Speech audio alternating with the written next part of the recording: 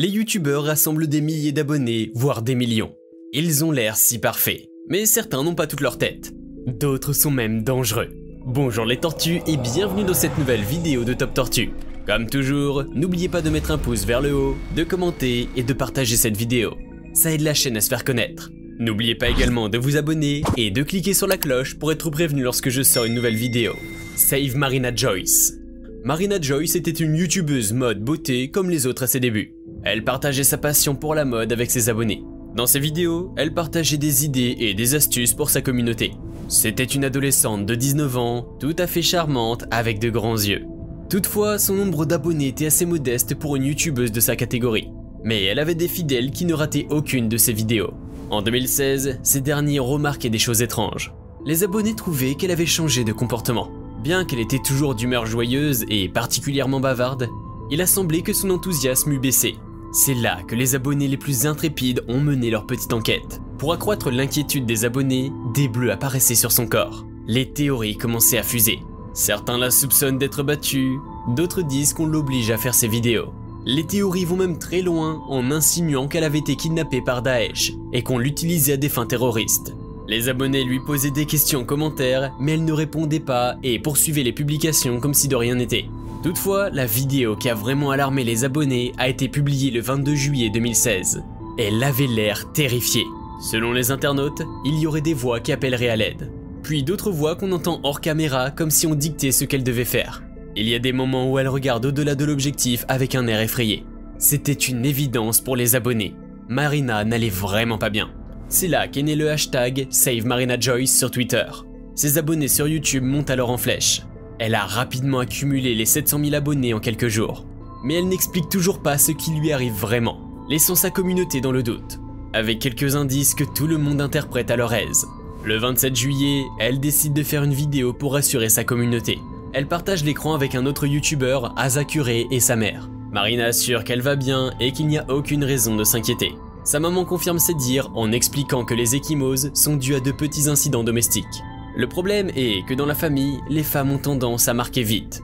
Après ces révélations, un bon nombre de ses abonnés se sont retournés contre elle, l'accusant de folie.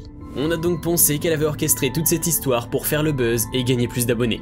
Mais aujourd'hui, elle n'est plus aussi populaire. Hugo Posé. Passons à un youtubeur local, mais beaucoup plus célèbre. Hugo Posé est un youtubeur français qui compte plus de 5 millions d'abonnés sur sa chaîne. Il publie ses premières vidéos en 2011 alors qu'il n'est qu'un petit garçon.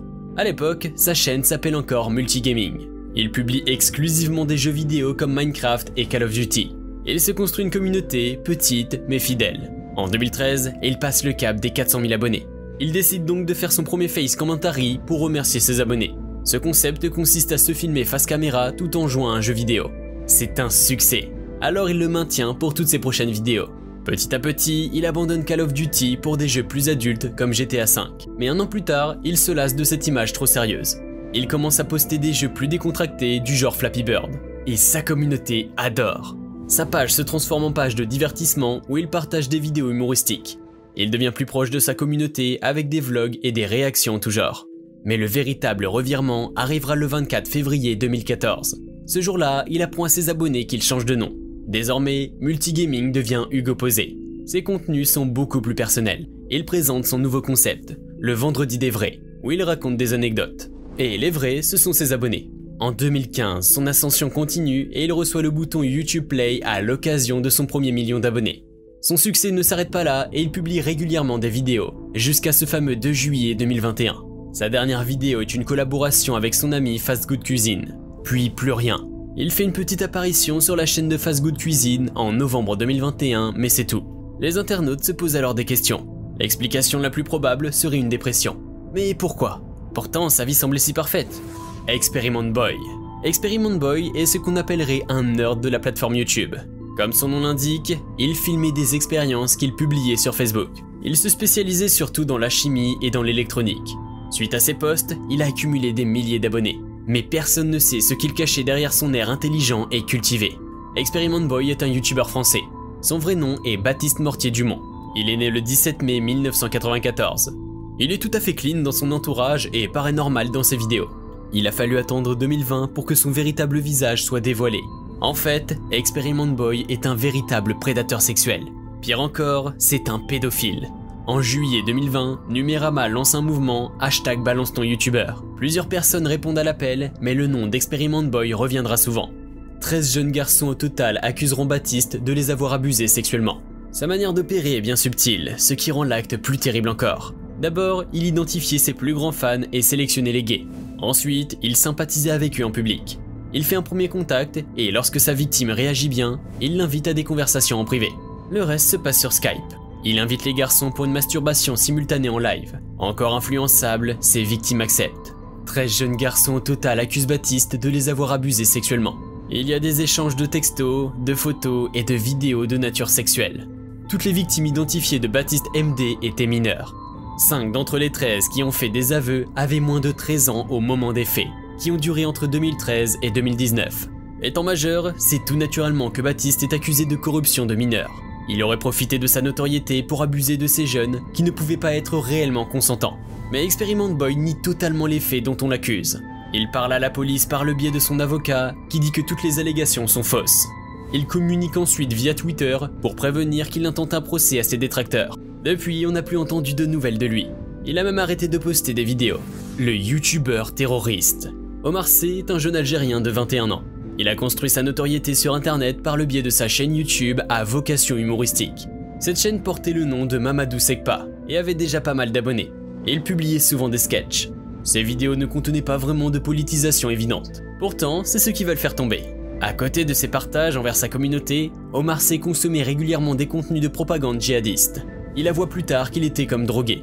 Il entre même en contact avec l'organisation de l'État islamique pour les besoins d'une de ses vidéos. Il échange avec un des protagonistes les plus impliqués, Rachid Kassim. Sans pour autant recruter Omar, ce dernier sympathise avec la jeune star. En juillet 2016, Omar reçoit une vidéo d'annonce au sujet de l'attentat de Saint-Étienne du Rouvray. Il contient la déclaration officielle du terroriste Abdelmalik Petitjean. Rachid Kassim lui a donné l'ordre de le publier sur sa chaîne YouTube. Il ne le diffuse pas mais décide de le dissimuler sans en parler à personne. Pour rappel, cet attentat a valu la mort d'un prêtre. Pour une raison inconnue, la police débarque chez lui le lendemain, même pour fouiller sa maison. Là, elle découvre des fichiers vidéo et audio sur la propagande djihadiste. Elle découvre aussi bien sûr la vidéo sur l'attentat à Saint-Étienne du Rouvray. Elle ramène Omar pour une garde à vue quand les événements du 26 juillet se produisent. La police fait le lien et le jeune homme est inculpé pour association de malfaiteurs. Le parquet demande 7 ans de prison avec une période de sûreté. À la fin du procès, il est condamné pour 5 ans et demi de prison, sans période de sûreté pour velléité de départ en Syrie, relation avec des propagandistes djihadistes, détention de contenu à vocation terroriste. En effet, des psychologues ainsi que le jury n'a pas trouvé de signe de radicalisation. Il est certes influençable mais pas dangereux. De plus, sa coopération durant tout le procès a atténué la sentence. Il a fait preuve d'une grande prise de conscience. Il reconnaît que s'il avait dénoncé la vidéo à la police, le père Jacques Hamel serait probablement encore en vie. Eh bien, il semblerait que la popularité ne réussisse pas pour tout le monde. Et vous, connaissez-vous un de ces youtubeurs? Lequel vous a le plus choqué? Laissez-moi un commentaire et on se retrouve pour une prochaine vidéo. Et voilà les tortues, c'est tout pour aujourd'hui. J'espère que la vidéo vous a plu. N'hésitez pas à me mettre en commentaire des sujets de vidéos qui vous plairaient. Abonnez-vous, laissez un like, partagez la vidéo et à très bientôt.